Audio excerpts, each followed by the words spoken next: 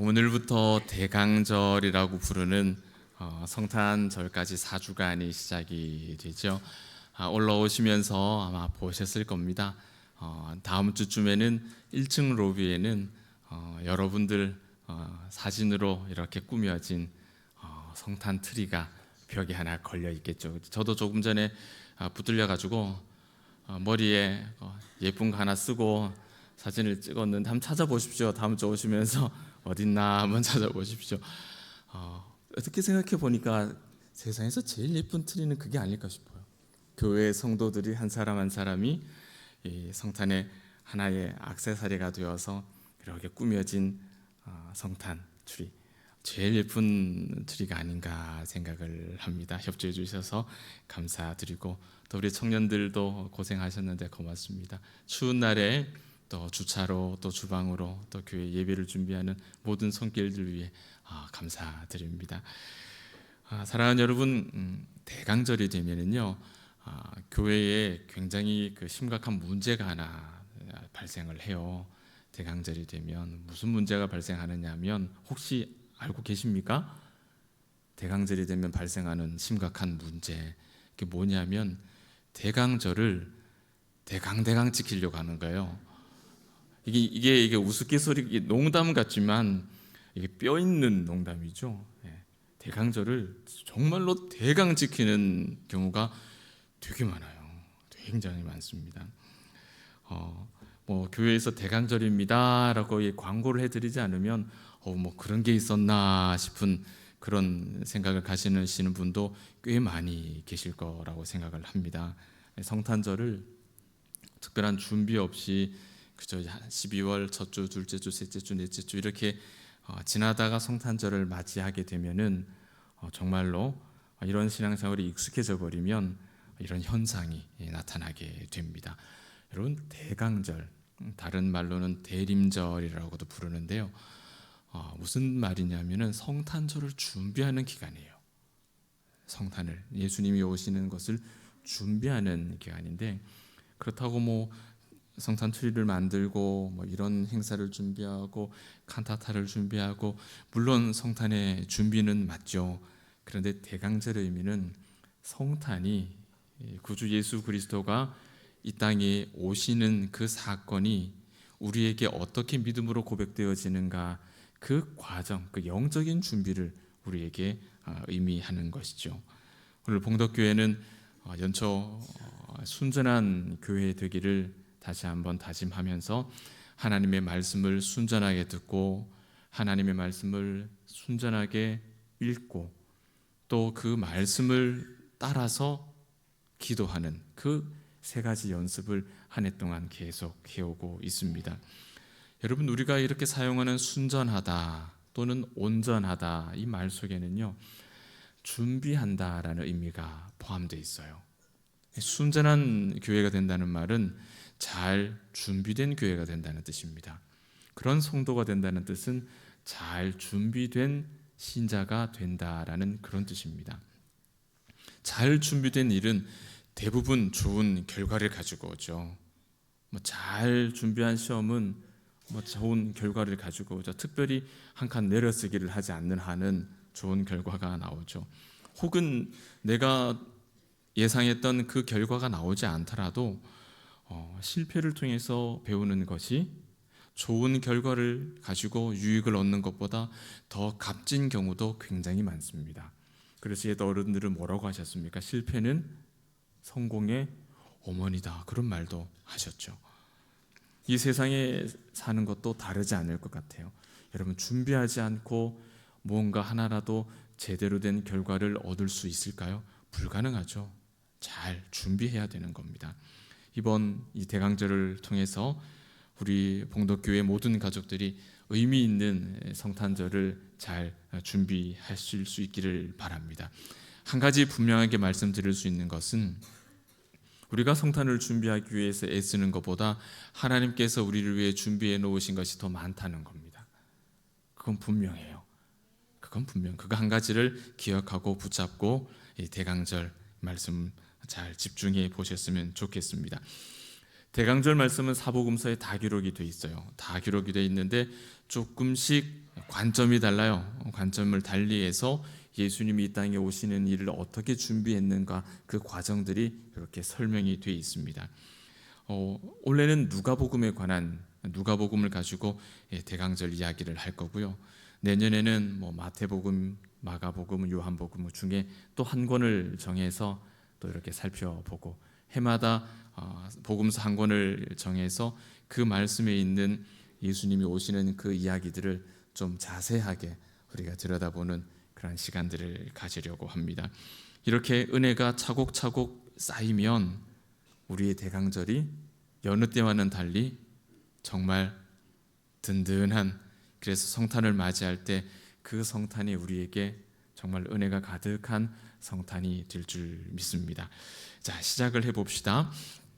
오늘 이 말씀은 누가라고 하는 사람이 기록을 했습니다. 이 누가는 굉장히 똑똑하고 합리적인 사람이에요. 아주 논리적인 사람이에요. 직업은 의사였습니다. 그러니 얼마나 스마트하고 훈련에 익숙해져 있고 글을 씀에 있어서 얼마나 철두철미하게 쓰겠습니까? 예를 들면 누가는 예수님의 탄생을 이야기할 때 그냥 예수님의 탄생 이야기만 털썩하는 게 아니라 세례 요한의 이야기를 같이 세트로 이렇게 묶어둡니다. 그러니까 세례 요한의 이야기를 떠올리면 예수님의 탄생 이야기가 자연스럽게 이렇게 이어지도록 만들어뒀어요. 오늘 이 말씀이 예수님의 수태고지이죠. 예수님이 태어날 것을 이렇게 알리는 장면인데, 오늘 우리가 읽은 본문 그 앞부분에 어떤 사건이 나오느냐 하면은 세례 요한 이야기가 나와요. 세례 요한의 수태고지가 먼저 등장을 합니다. 여러분, 세례 요한이 어떤 사람인지는 잘 아실 겁니다. 예수님의 길을 예비한 사람이죠. 예수님을 증언했던 사람입니다. 오늘 본문은 세례 요한의 수태고지가 있고 난 몇 개월 후일까요? 오늘 본문을 잘 읽으시면 힌트가 나와 있죠.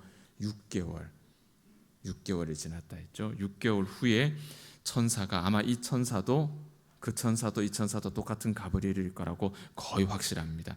한 천사가 마리아에게 나타나서 예수님의 수태고지를 전하는 장면이 나오죠.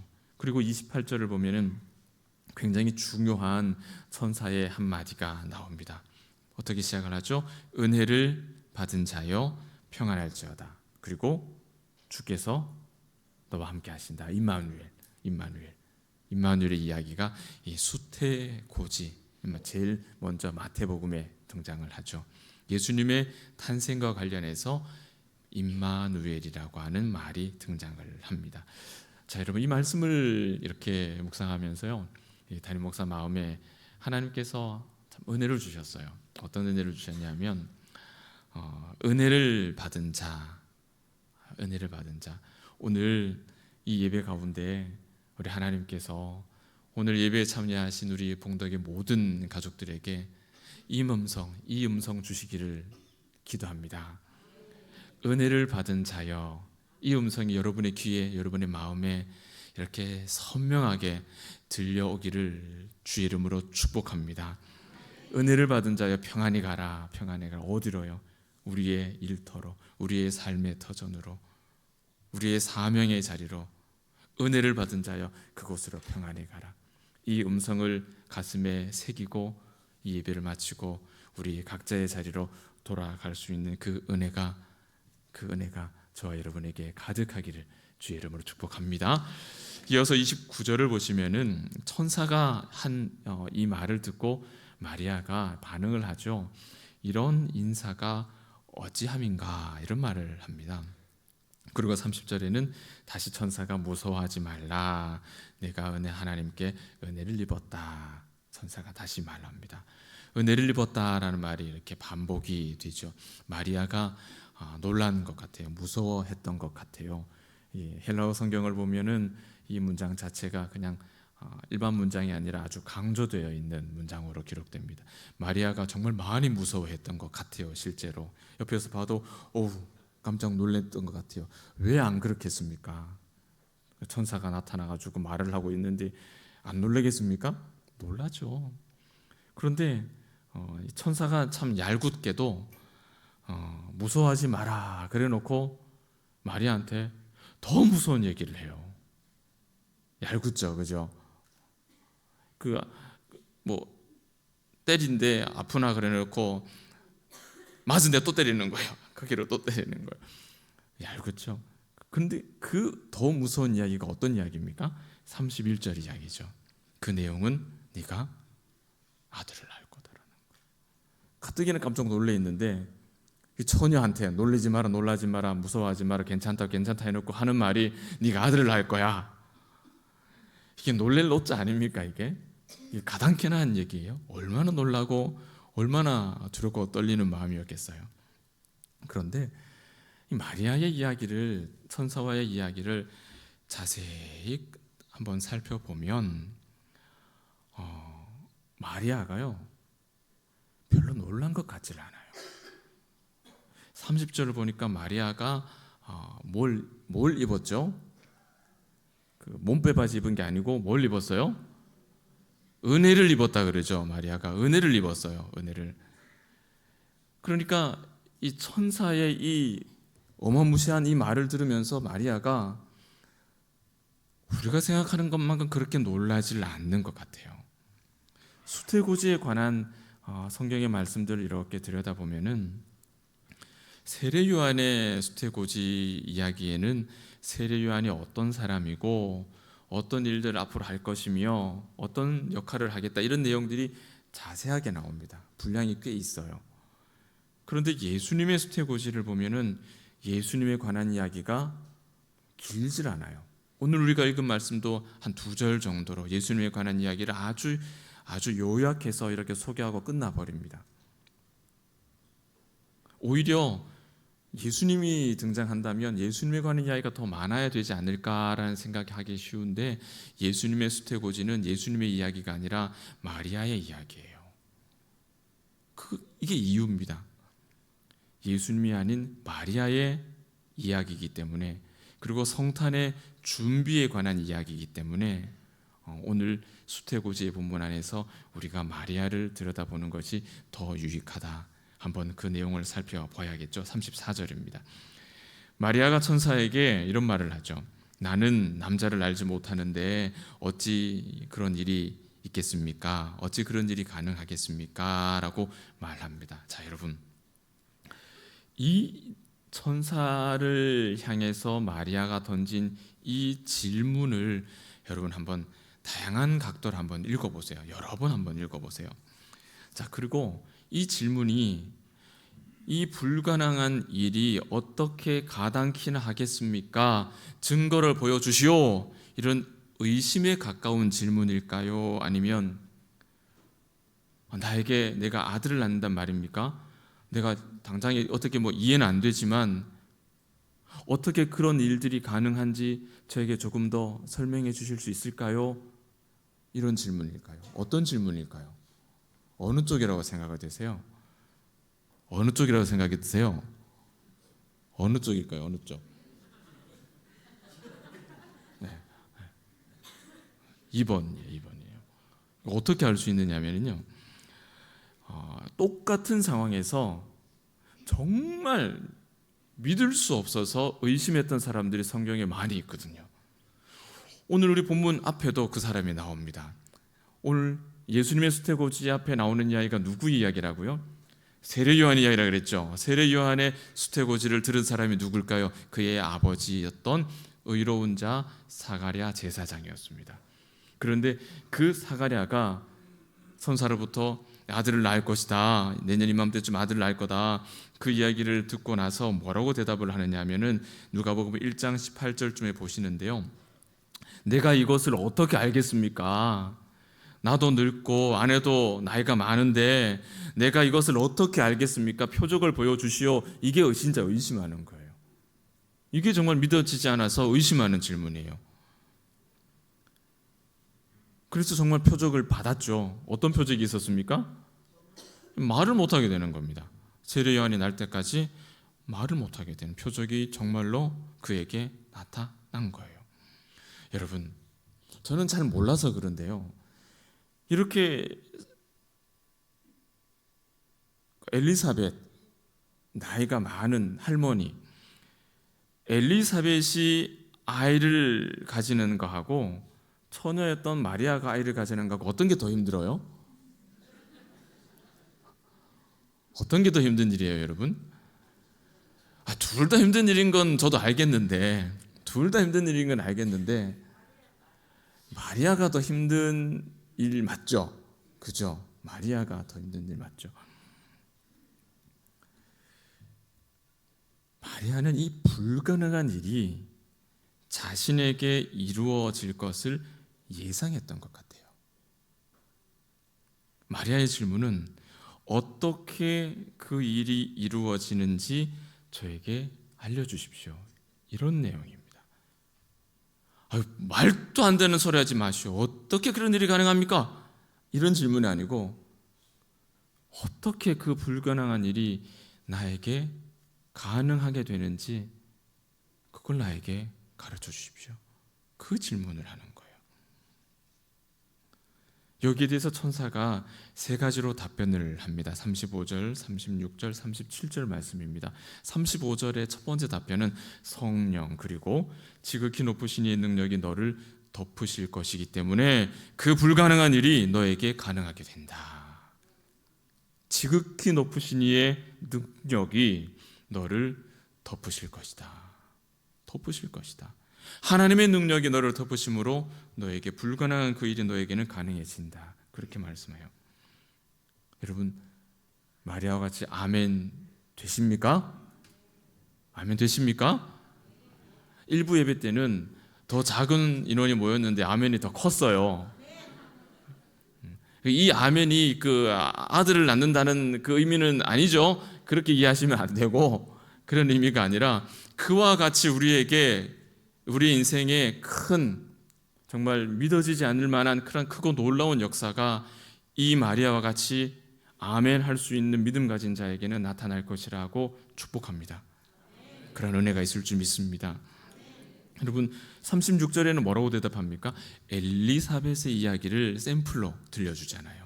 엘리사벳도 아들을 가질 수가 없는 상황, 불가능함에도 불구하고 벌써 6개월이야. 그 얘기를 하는 겁니다.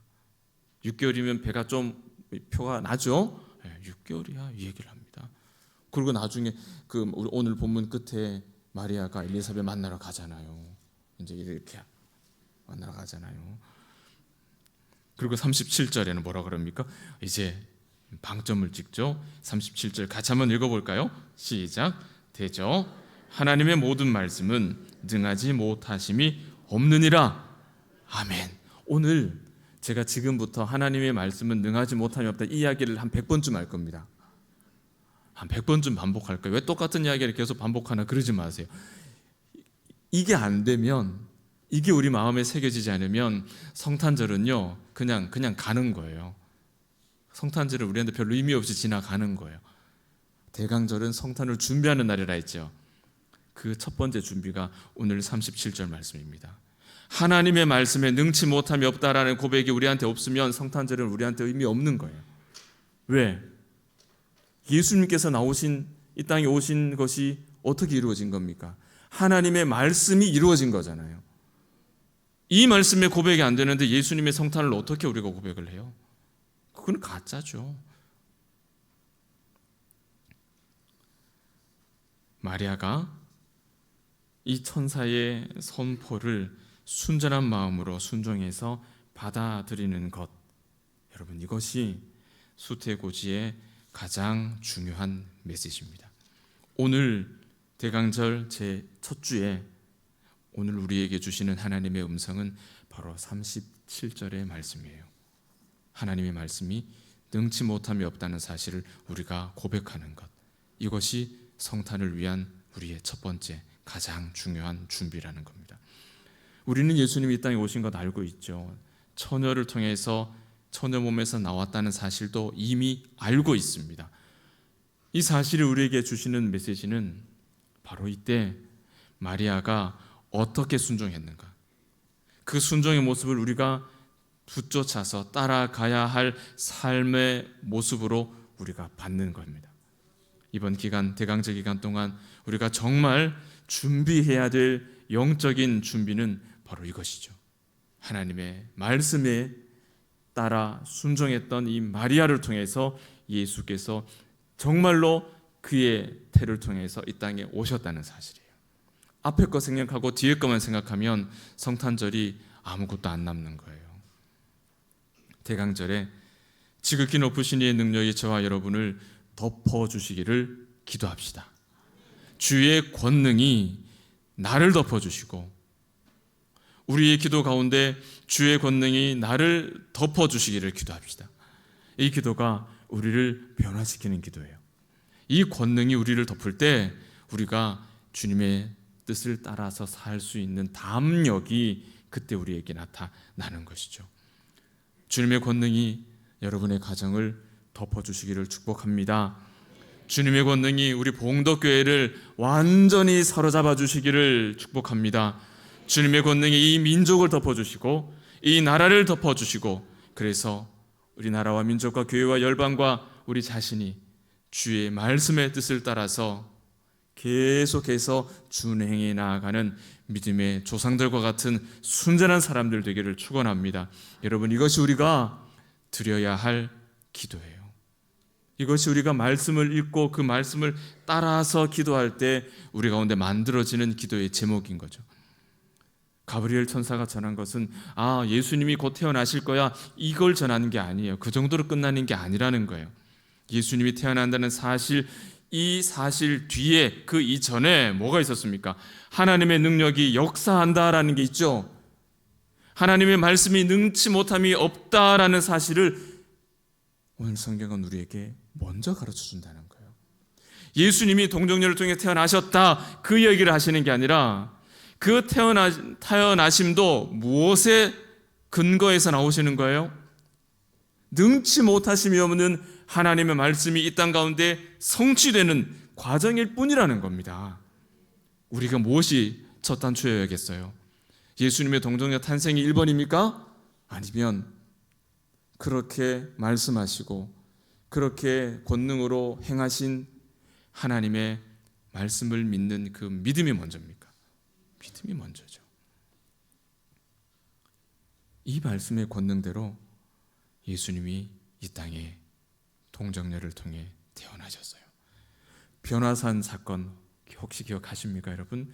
변화산에서 내려온 예수님께서 귀신 들린 아들을 자신에게 데려온 아비를 만납니다. 그 아들을 고칠 수 있는 능력이 아무에게도 없었어요. 아비에게도 없었어요. 제자들도 못 고쳤습니다. 그때 아비가 말합니다. 예수님, 뭐라도 하실 수 있거든 좀 도와주십시오. 그렇게 부탁하는 아버지에게 예수님께서 뭐라고 말씀하셨습니까? 기억하십니까, 여러분? 할 수 있거든? 할 수 있거든, 이 말이 맞다는 뜻이에요? 안 맞다는, 틀렸다는 뜻이에요? 틀렸다는 얘기죠. 할 수 있거든이 무슨 말이냐? 할 수 있거든, 아니야, 그거 아니야, 그렇게 하면 안 돼. 할 수 있거든 아니야. 그럼 예수님 뭐라고 하시느냐? 믿는 자에게는 능치 못함이 없다. 오늘 우리가 읽은 이 말씀이 변화산 사건에도 그대로 나타나잖아요. 믿는 자에게는 능치 못함이 없다. 그래서 예수님이 동정녀를 통해서 나오신 거예요. 능치 못하심이 없는 그 말씀대로 이루어진 거예요. 여러분, 아비가 급하다고 너무 급해서 지푸라기 잡는 심정으로 길 가는 사람 하나 붙들어 놓고 아이고 우리 아들 좀 어떻게 해보소, 그런 믿음이 아니라는 거죠. 그런 믿음이 아니에요. 다시 한번 주목해 보세요. 37절 말씀, 하나님의 말씀은 능하지 못함이 없다.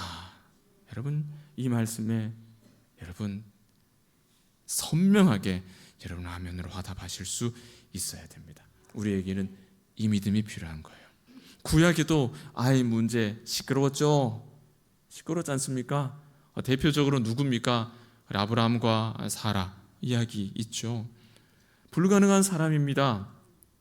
내년 이맘때 아들을 낳을 거야 그랬더니 아브라함은 그래도 좀 그 말을 듣고 수긍이 갔는지 그냥 좀 믿음이 보여요. 그런데 그 아내 사라는 어떻습니까? 그 뒤에서 뒷방에서 그 몰래 그 이야기 듣고 있다가 하도 가당치도 않은 이야기가 오가니까 사라가 그냥 웃음이 빵 터진 거죠. 피식 웃어버렸습니다. 그게 들켜버린 거죠. 하나님은 그걸 안 놓치시거든요. 그거 사라를 불러내서 너 왜 웃냐? 왜 그렇게 웃냐? 왜 그러냐? 내 말이 너에게는 미덥지 못하냐? 이런 말씀을 하시거든요. 사가랴가 했던 그 의심의 말과 너무나 유사한 말이, 거의 비슷한 말이 그 창세기 말씀에 기록되어 있습니다. 의심했다는 거죠. 표적을 보여달라는 거죠. 그 본문 말씀에 하나님께서 여호와께 능하지 못한 일이 있겠느냐 이렇게 말씀합니다. 근데 이 여호와께 능하지 못한 일이 있겠느냐, 이 말이 70인경이라고 사도 바울이 복음 전할 때 사용했던 그 성경을 읽어보면은 이 본문의 말씀이 나의 말씀이 능하지 못한 일이 있겠느냐 이렇게 돼 있어요. 나의 말씀이 능치 못함이 있겠느냐. 여러분 멋지지 않습니까, 여러분? 하나님께서 의심하는 자에게 나의 말이 능치 못함이 있겠느냐. 그 자신감, 그 말씀 너무 멋있지 않습니까? 하나님의 말씀은 능치 못함이 없다. 오늘 이것이 하나님께서 대강절 첫 번째 주일에 우리에게 주시는 말씀입니다. 제가 이 능치 못함이 없다 한 50번 했죠 지금. 그렇죠? 한 50번 이제 남은 겁니다. 여러분 능치 못함이 없다라고 하실 때 이 말씀은 레마라는 말을 써요. 단어를. 성경에서 하나님의 말씀을 뜻하는 말은 레마라는 말과 로고스라는 말을 사용하는데, 둘 중에 어떤 것이 더 좋다, 더 권능이 있다, 더 우월하다, 그런 의미는 하나도 없습니다. 똑같습니다. 그런데 사용하는 방법이 그냥 다를 뿐이에요. 레마라고 하는 말을 사용할 때는 이 말씀이 내 마음에 탁 와닿았다는 거예요. 내 마음에 와서 나를 움직이는 말씀이 됐다. 근데 쉽게 말하면 이 말씀 참 은혜가 되더라. 그 말씀 37절 그 말씀 읽을 때 내 마음이 참 감동이 되더라. 그때 그 말씀은 나에게 레마가 되는 거예요. 레마가. 그리고 그 레마의 말씀이 이루어지기까지 하나님의 말씀 우리 귀에 들려오지 않습니까? 이 설교를 통해서 말씀이 선포되잖아요. 선포되는 이 말씀은 캐리그마라고 불러요. 캐리그마라고 부르는데, 여러분 이 말씀의 선포가 우리에게 쌓이고 차곡차곡 쌓이고, 그 말씀이 쌓일 때 우리 마음에 와닿는 레마의 말씀도 쌓입니다. 하나하나 쌓이면 그때 우리의 삶이, 우리의 인격이 변화가 되는 거예요. 그게 변화가 되는 거예요. 그리고 그렇게 변화를 이끌어가는 그 하나님의 말씀을 이렇게 통칭하여서 로고스라고, 큰 덩어리로 로고스라고 그렇게 사용을 합니다. 사랑하는 여러분, 하나님의 모든 말씀은 능하지 못함이 없다. 레마이기 때문에 나에게 와서 나를 움직이시고 나에게 의미를 부여하시고 나에게 감동 주시고 나를 이끌어 가시는 말씀이 되면, 그 말씀은 내 인생에 정말로 능치 못하는 것이 없는 권능의 말씀이 되는 거예요. 살아 움직이는 이 말씀, 우리 가슴에 와 닿은 말씀, 그 말씀은 내 삶에 능치 못함이 없는 말씀이 되는 겁니다.